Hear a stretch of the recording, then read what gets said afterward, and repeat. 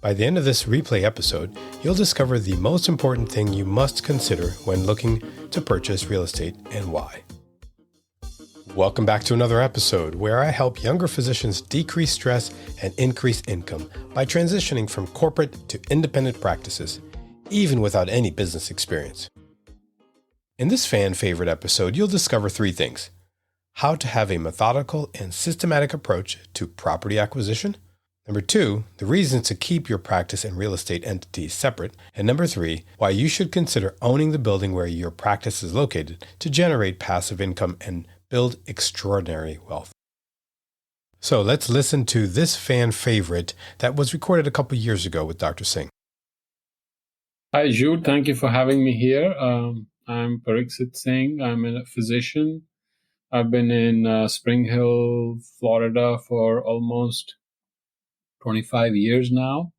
Initially, I started as an employed physician for 5 years.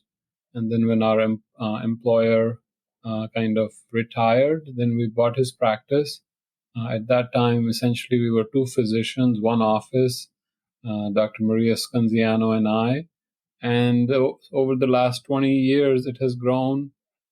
It is actually exactly 20 years because in June we started, in June of 2001. And we have, thank God, done well, and things have grown in our medical practice and our real estate portfolio. And yeah, it's interesting. Go ahead. No, I'm thinking about the timing because I've been here since 2002. So really, it was a year after you started Access that I started. That's right. You were. That's crazy. Yeah, you were the first one. And you were very good with Excel sheets, so I still remember those. And those are very helpful, by the way, even though Yeah, you didn't say that 20 years ago. No, I didn't. When you tortured me in that conference room. That's right. So a lot of things we have learned over the years, practical things. And I think there is something to be said by the way you approached it in a very methodical, systematic way, breaking down the numbers. And how I used to approach it was more gut feeling, instincts, getting a kind of a horse sense, if one may use the word. And that's a personality trait. And then you need both. You need the yin and the yang. You balance out the creativity with crunching the numbers. And that is critical because otherwise that's when you make mistakes. A lot of people are overly critical, then they get paralyzed. A lot of people are overly emotional and instinctive, but then they don't do the homework and due diligence. So both have to be focused on, both have to be prized. And if you've read that book from Malcolm Gladwell, Blink, instinctively you know a few things. As you do more, you know instinctively, but then you have to break it down because you have to make sure you authenticate that, you validate your instinct, and then the more you break it down, the more you know of the whole any practice, any real estate that you're looking at.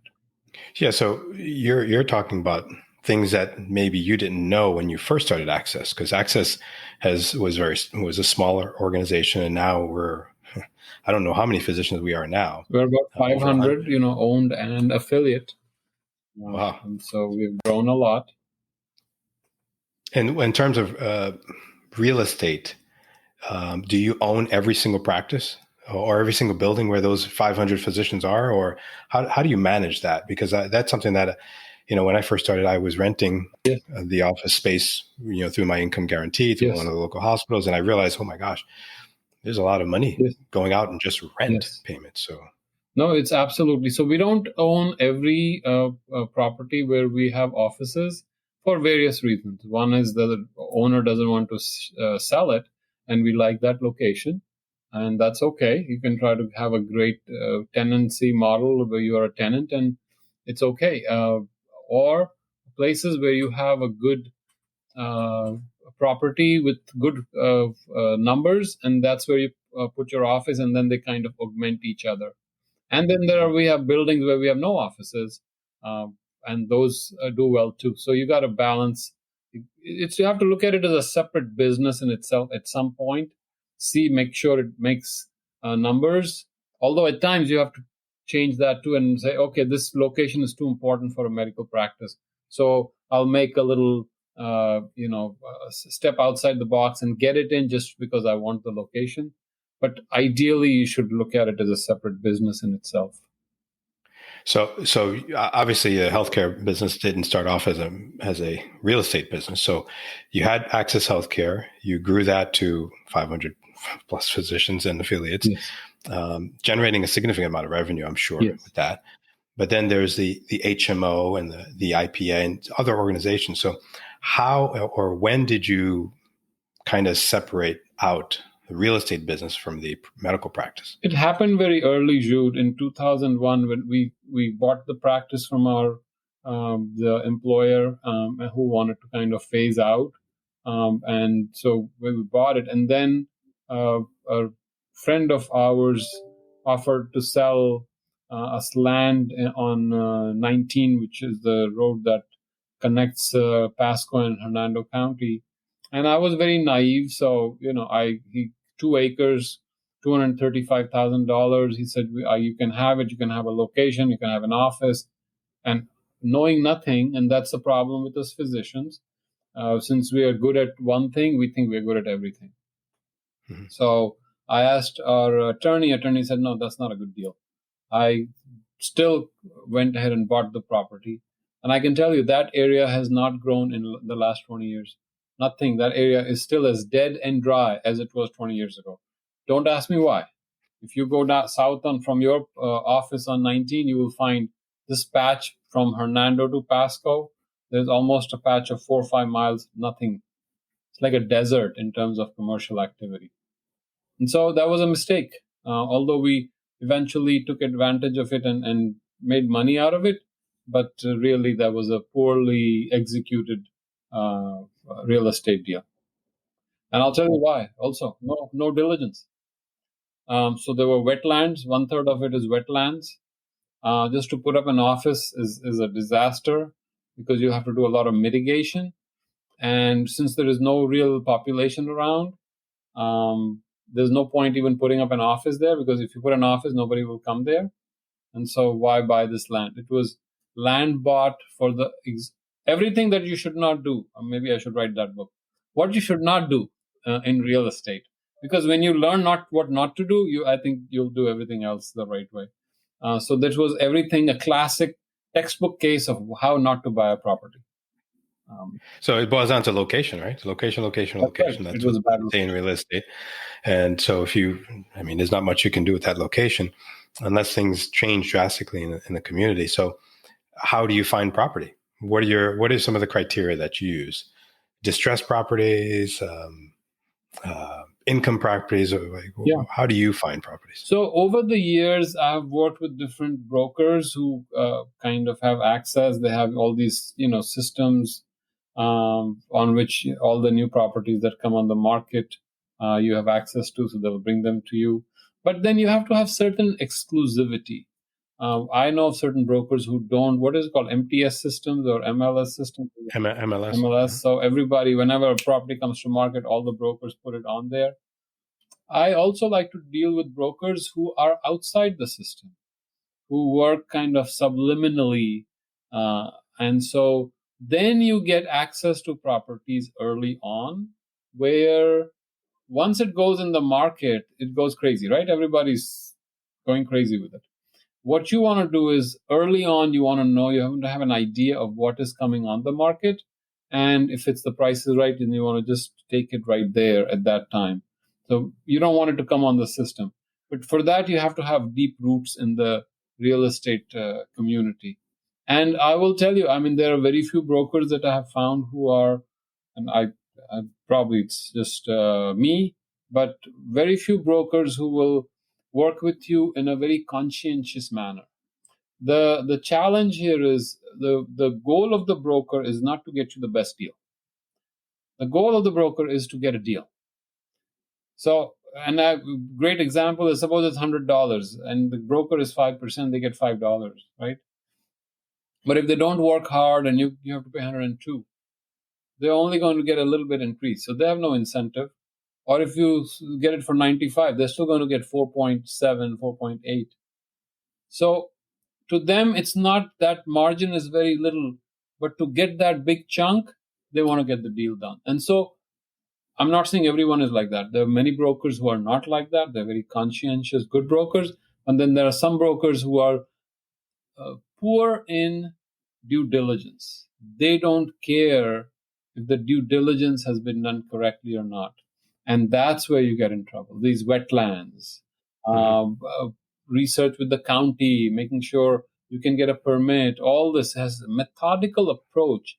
Just like the checklist manifesto, you have to have a checklist. You go one by one so that you make sure that the property is clean. Because once you buy it, you cannot sell it so easily. That's a challenge with the property is, unlike cash, it is not as easily tradable. You can't even do it on stock market. Okay, you made a wrong deal. Okay, get it out. Take your losses. Here you can't. It is once you're stuck in it, it will take a long time to sell. And if there is a defect in it, major problem, then you have to disclose it, and then it becomes a massive asbestos. What is that? Iridium, radium, radon. What is that? Radon gas. Yeah. All those issues, you have to do proper diligence. Wetlands, sinkholes, because if you have it and you don't disclose it, then you're liable for it. Yeah. And I had some experience with some wetlands where we have to actually talk to the Environmental Protection Commission in order to get approval to be able to build structures on a piece of property. And that can be very costly, and it can also be time consuming. So if you think you can, build an office building within 6 months, with EPC, it may take a year, 2 years. Yes. And to add on to your question, also some connections with the bankers who deal with foreclosures sometimes helps. Physicians have good relationship with banks. Then there are records you can get from the court where there are distressed properties. But that's a lot of work. So I couldn't do it. There are some people who look at those distressed properties and they go through all those records, and then they find properties that are on auction. That's another way of getting properties. But these are different options that you may consider. So it sounds like you have to have a good broker relationship or someone that you can trust that can do that due diligence. But I know you, and there's a little bit more to that, because I know that there's certain properties that you buy that seems like you always make money off of them. So is there a overwhelming theme in properties that you're buying for practices that you would say, yes, that's what I would do? So now, see, I'm going to break my own rule. We said it has to be a separate business separate in itself, right? Mm-hmm. But when I look for a location, I don't look for land or property per se. My first goal is, where would a practice make sense? Because we are still, the practice is what will, if the practice is strong, it will feed the property.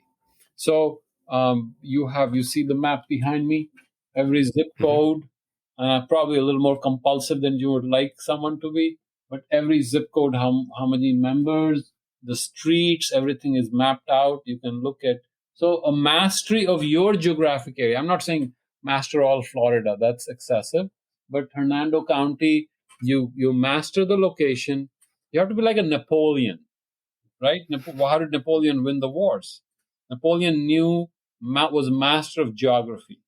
He knew every nuance of the terrain, and then he knew how the weather was.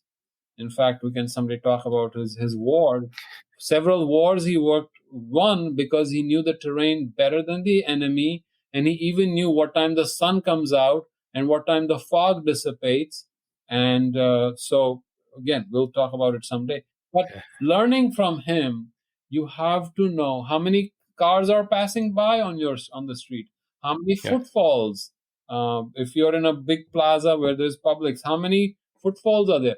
How many people live around you? How many Medicare eligibles if you're into a Medicare business? If you're Medicaid, then how many Medicaid patients? And then how many other physicians are around and how you can leverage that. So that thought process, now if the thought process comes out, say, okay, I want to practice here. Now you start looking at the real estate. And then you may find subliminal, or as George W. Bush used to say, subliminal properties that you can start. Then you start looking around.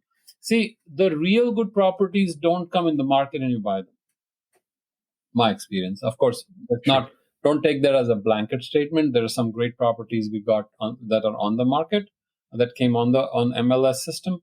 But a lot of times you start prodding, poking around. Someone is here, an elderly gentleman who has a house there, an elderly lady who wants to sell her home and has a dream that her home will become something new because her mom lived there, and suddenly you say, I want to put an office there. Boom, you got the deal. And so things happen. You just have to figure out, meet people. Creative real estate. How can you be creative with real estate? And that's something I learned from my employer. He bought a piece of property, I think 10 acres. Within 1 month, he had sold, carved out area of 1 acre for 1 million. So whatever he had taken, 1 million to buy those 10 acres, he sold that 1 acre and he paid off, and 9 acres are free, right? A lot of creativity. He picked up a big chunk because that big chunk, what am I going to do with the big chunk? But he knew that it wasn't that corner was important. So he sold the corner. Now he has 9 acres sitting free, right? Yeah. So same thing we did in Citrus around the hospital. What was that? 7 Rivers or in Crystal River. There was, I think, 1 acre or 2 acres. But then there was a whole block of 10 acres around it. And there are homes, all homes, old homes. They for 30, 40 years. We just bought one by one by one. We bought all homes. We packaged them in with that 1 acre property. So we got 10 acres. Now think about it. 10 acres, complete block next to the hospital. Yeah. Right? So you have to think like that. And how can I creatively pull this property or our own plaza? You worked here in our plaza. It was a condo, and we bought the hardware store, which was in the middle, 8,000 square feet. We got it when nobody would support us, nobody would believe in us. We were lucky to get those 8. First step is very difficult, and we were lucky to get that. Then we bought the rest of the plaza. Then we bought the 1/3 acre in the front. Then we bought the 1/3 acre in the back. And now you have enough parking, you have enough shops, you have enough area that you can provide care for patients in. So creative real estate, you got to think outside the box. Yes, you can cut deals fast, but here if you approach it in a methodical way, you can do a lot of good things. So you're talking about commercial properties. You're talking about putting practices and buying land and developing land. But how are you mortgaging these? How are you paying for this? Is it the practice paying for it? Are you getting private loans, or how do you go to a bank and say, I want to buy 10 acres? Yeah. So I don't do a lot of speculation. I've been very careful with that. And you have seen in the last 20 years, the market has gone like this. 2007, almost like the bottom fell out of the whole real estate market and everybody got in trouble. And, everybody thought I was a genius because I sold all our properties right before it crashed. All our real estate. Did you really do that? You sold that 10 acres I talked about, the hospital, right next to the hospital, I sold it. Brooksville, we had a bank building. Oh, these are the beautiful properties. I absolutely cried when I sold them, but I sold them. County Line, we had 9 acres. Again, I cried. We had 4 acres right at 50 and 19. Beautiful pieces. But see, Warren Buffett has a very beautiful saying. When everyone is greedy, then be very afraid. And when everyone is afraid, then be very greedy. So the market was exploding. Everybody had become a real estate maven, and they were buying things, and we knew it was not the right time. So I got rid of everything that was. So anything that was held as land, which was not in actual use, we got rid of. Okay. And the reason is this. See, the advantage of having a practice and a real estate business at the same time, the property is the real estate business, is it doesn't matter if the market goes up and down. If the fundamentals are right, your practice will continue to sustain your real estate, right? So if you do that right, and if your practice is cash flowing properly, it'll bear your real estate. Now, originally, of course, I went and got mortgages. Banks were very were not interested in helping. This hardware store that we bought, at the last moment, the bank pulled out. Nobody would guarantee it. Fortunately, we were able to get sympathetic friends who bankrolled it, kind of guaranteed it. And that's how we got our first property. And once you're able to turn one thing around, then you can keep getting more and more and more. Initially, suggestion is take small pieces. Now, don't go for the $3 million, $4 million, $5 million properties. Go for 200, 300,000, 400,000. Because your practice, if you're starting a practice, if it's small, do small, and then slowly build on it. Real estate is a consistent, long-term process. 15, 20, 30 years. Consistency means a lot. So to answer to your question, yes, banks have bankrolled it, mortgaged. We've taken the mortgage, and the mortgage is paid really by your practice, the cash flow from the practice. But the fundamentals have to be right. You don't artificially increase the rent just to pay off your mortgage. That's not very wise. You do it, tweak it in such a way that your rent should be enough to pay for the mortgage, as if you were renting from someone else. And you have to keep the properties, the practice entities separate. The corporations or the partnerships have to be separate. Don't mix the two. That would be a disaster. Because if you have any lawsuit, one side or the other, whether on your property or in your practice, then they can own your whole thing. But if you keep it separate, then even if you have a lawsuit in your practice, they cannot go after your property. And so that brings up one of the thoughts I had was about owner-occupied versus tenant-occupied. So you can buy the practice and you can lease it to another physician or own it for yourself. And I know that banks are more favorable if you actually are occupying the facility. So yes. How does that work with if your practice doesn't necessarily own that building, but you're leasing it out to someone else? Then the numbers have to be really good. Okay. Numbers have to be so good that banks don't worry about it. Banks may not give 80%, may give 60%. They have their different rules. But the numbers have to be so good that you can put down 40%, 30% and justifies itself. Or you find a reason where the banks like you to occupy 50% or more. And if you do, then it becomes easier for them because they know your business, especially if you've been here for a long time, your business is good. And healthcare has been a strong industry, last 15, 20 years. It hasn't gone down. I don't expect it to go down anyway. Sure. Yeah. And what about sharing space with other doctors? And trying to, because I know that there's one time I tried to do that and you were leery about self-referrals or sharing patients or what, can you give me some insight on? Yeah. So can you give us some insight? Yeah. So the tricky part is if you're renting someone and if they are generating referrals for you, then it could be seen as inducement. If you remember the case we had about 20 years ago or so, where some physicians rented space to a lab, Clearwater lab, if you remember.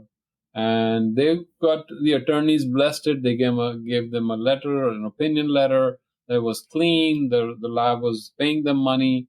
And then when the Attorney General's office went after the lab, the first thing the lab did was, okay, all these people, I've been paying them rents, I have their offices, and the understanding is they will refer patients to me. So what happened? The lab got out because, it kind of became, what is the term? They started helping the Attorney General's office in their investigation. So suddenly they have bailed out and all these physicians are on the line. And the Attorney General's office is very happy because, wow, we can showcase now how many big fish we have caught who were abusing the system.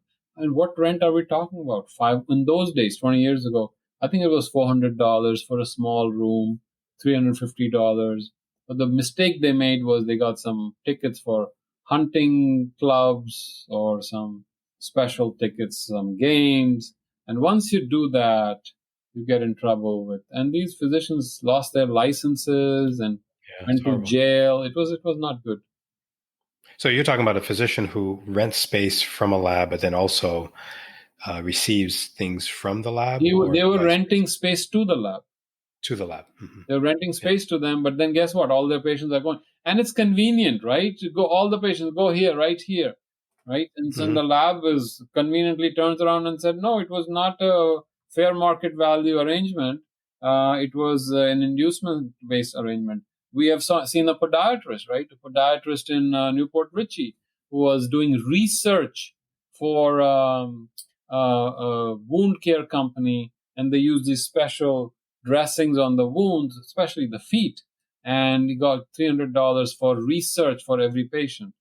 Well, the research was really, kind of not really research. And then when the feds found out, what happened? They went after the lab.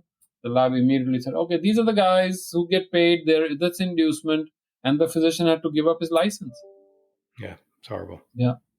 So be careful with that. Absolutely. And so back to real estate. Yeah. So what's the one thing you would tell a physician about commercial real estate that would help them make their lives easy and avoid some of these crazy things that you've just described, especially for new physicians? So a new physician listening to the podcast today, how do they potentially get involved? What's the one thing you would tell them? One thing, if I have to tell you, never be cash poor. Don't leverage yourself so much into buying real estate that you have no cash and you're totally dependent on month-to-month cash flow to survive. I've seen too many physicians get into trouble. Oh, their practice is doing well. Oh, suddenly, look at this restaurant available for sale on, what is that? The road going on 50 going to Pine Island. And they buy this great restaurant, and the restaurant suddenly 3 months later bails out on them. And for 5 years, 6 years, they have not found another restaurant willing to go there. Market has changed. You've seen how the area has changed. There are so many national level restaurants around. Nobody wants to go to that mom and pop restaurant anymore. And that property has totally gotten dilapidated. Do not become cash poor. I made the same mistake. I love real estate. So I bought so many properties. And guess what? Suddenly I was living month to month. I said, oh my God, if I don't get a good income this month, how do I pay off my mortgages?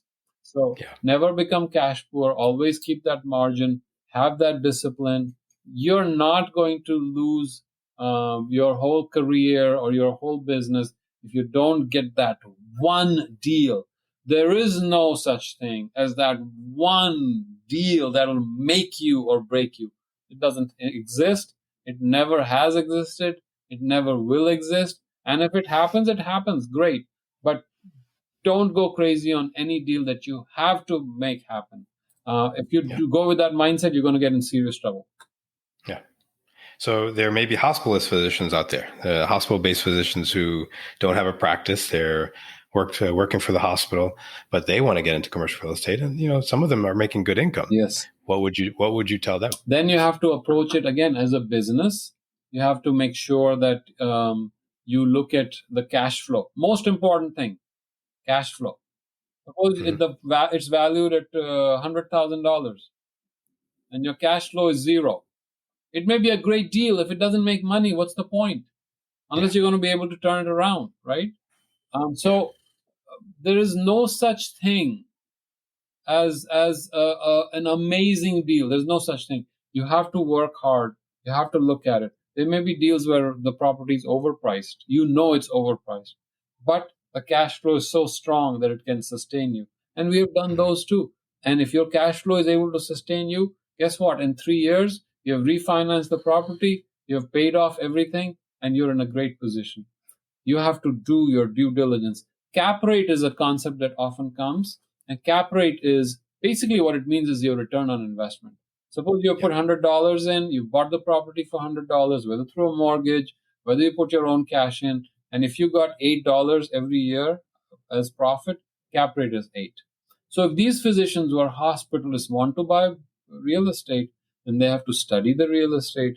They have to look at what the value is, what are the costs, including everything, your taxes, your utilities, your pay amount for for the roof, for the parking lot, for the sign, everything you have to, for the handyman that you're going to bring, all those things. And then you have to look at what will be the actual cash flow. Ideally, physicians should get someone who knows how to manage the property. Physicians are not good property managers, and just like property managers are not good physicians. So you get good property managers who are thorough, who are diligent, because there are laws about it. If the tenant doesn't pay you, can you kick them out? They have their rights, right? You have to send proper notices at the beginning of the month. You have to send them a letter. If they're not within 7 days, they have to get a letter that they're not paid, and then it has to be followed up. You have to everything has to be documented, just like in medicine. If you don't, and you suddenly after a month said, okay, you didn't pay anything, you're out. They're going to fight it, and you may lose. So proper documentation, a system, preferably a software to manage properties. Yeah. Well, this has been a great conversation, Dr. Singh, and I really appreciate you taking the time. And I know you're busy. And can I invite you in advance to talk about managed care next time? Absolutely. I would love to. There is so much to talk about real estate. We can go on for another couple of hours, but I think that should be good. I think people should read and do research. And there are some very good books on how to do good real estate properly. Keep learning, keep asking the experts, keep researching, and never be complacent. Thank you so much for listening to the podcast. If you'd like to hear more, subscribe, follow in your favorite podcast app so you'll never miss an episode.